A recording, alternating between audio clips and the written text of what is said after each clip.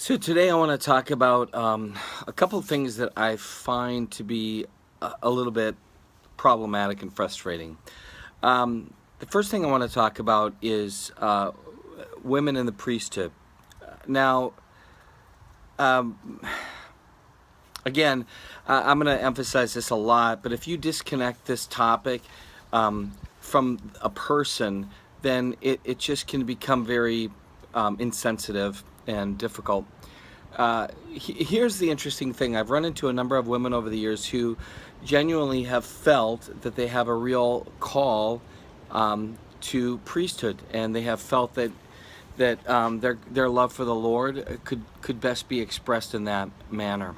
And more than anything, I've been wanting to understand, a little bit about their process. How did they come to that conclusion? Why did they decide that that's what they wanted, as opposed to, for example, religious life in a convent, being a sister, a nun? One example is a lady I know out on Long Island. She's a nun.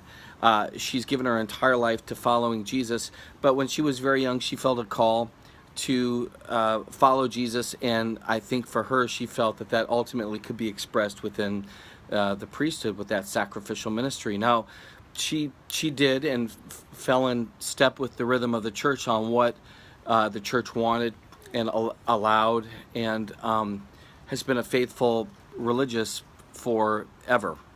But she's never ever felt like that call within her to maybe even a priestly ministry has minimized. If anything, she would probably articulate that it's grown.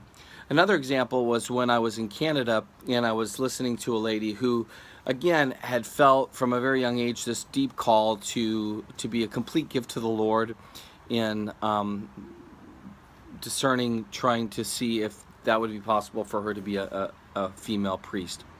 And knowing what the church taught, she realized that was not going to happen for her, and so she is happily married, has some wonderful kids, but she still, within her, had this deep desire to be a gift to the church, and so she does full-time ministry, or in some form and fashion for the church.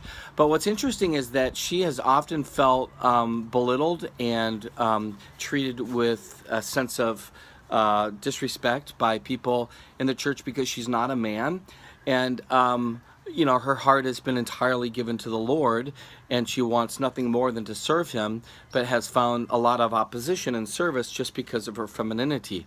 And so this brings a couple questions to the forefront for me. One, do you think that the conversation is fully complete, that it's over, that we are not going to have this dialogue when it comes to women in the priesthood?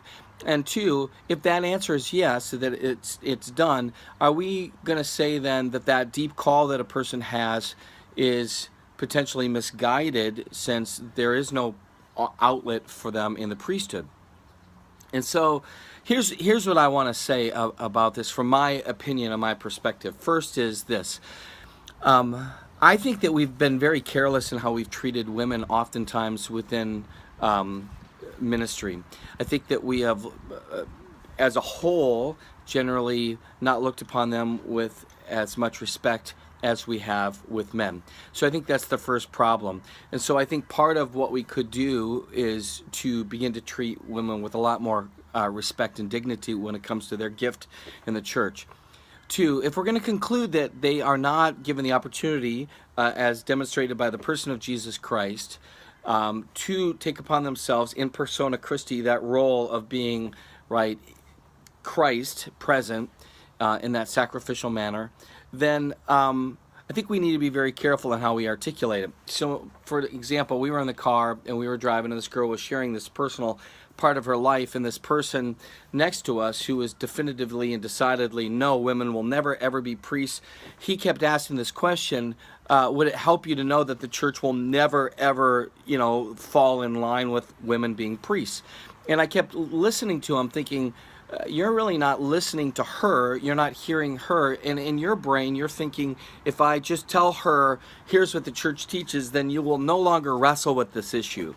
And I think that that's probably part of our problem. Here's the truth. Let me give it to you. And now I've done my job. And so because you are ridiculous enough to not fully understand and embrace the entirety of the truth that I gave you, then you are, in error. And so I think there needs to be a lot more charity involved when it comes to this conversation. I personally am thinking it's going to be very difficult for the church to all of a sudden kind of go and move in a different manner when it comes to women in the priesthood than they have expressed and demonstrated for the 2,000 years for a number of reasons. Specifically, Jesus, the second person of the Blessed Trinity, is decidedly a man. His role is involving his masculinity. But I think it's worth noting that the church has acknowledged that the greatest disciple and follower of Jesus is not a man, but is a woman. And so Mary, as that incredible gift, not only to religious, that model, but she's also the icon for the church, virgin and mother. I think that we need to affirm the women and their femininity, the uniqueness of that gift to the church, the importance of that gift to the church. I think we need to find more and more ways and avenues for them to express their gifts and talents within the church. But I'm not sure that the answer is opening up women priests, or basically giving the sacramental order of priesthood to women. So that leaves a little bit of probably a sour taste in many people's mouths. Why is the church like this? Is she decidedly patriarchal? Kind of this group of men.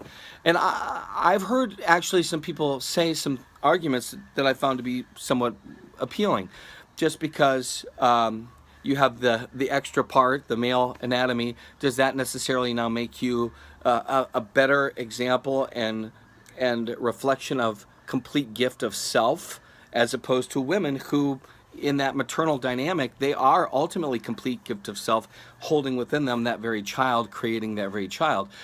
Is an older man who has in many ways seemingly given up on the beauty of his vocation a better reflection of Christ in ministry than a young woman who is decidedly committed to that ministry? There's a lot of examples that people articulate and give. And so I think that it's important for us to listen very carefully, try to hear the heartbeat of what they're saying, and with as much charity as possible, try to explain why the church has done what she's done up until this point.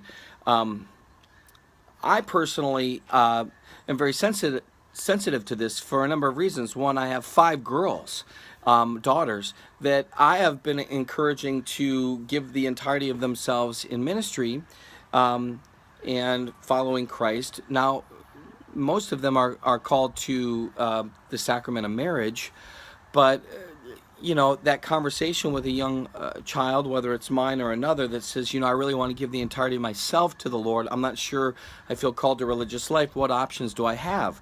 And I think of 2 women that I know who have given the entirety of themselves to the Lord, and they are consecrated celibates, and they have the Blessed Sacrament in their home. They live a life of complete gift and service to the church with permission from the bishop. They are powerful examples of light. We don't talk a lot about the role and the gift of the consecrated celibate, but some of those women, especially that I've met, have been some of the most influential in my life. To be honest, I actually quit smoking years and years ago, I believe, because of this wonderful woman in Canada who was a consecrated celibate who had decided to pray for me because she had smelled cigarette smoke on me. In the end, I want you to wrestle a little bit with this topic. I'm okay with you not having a clear, articulate answer on why never, ever will it be possible for women to be priests. I would just rather you listen a lot more carefully to why a person is feeling potentially inclined to give themselves to the Lord so fully and entirely, and what does that mean now? So keep this in mind too. I myself, let's say, may have been felt called to be a priest, but I can't because I'm married.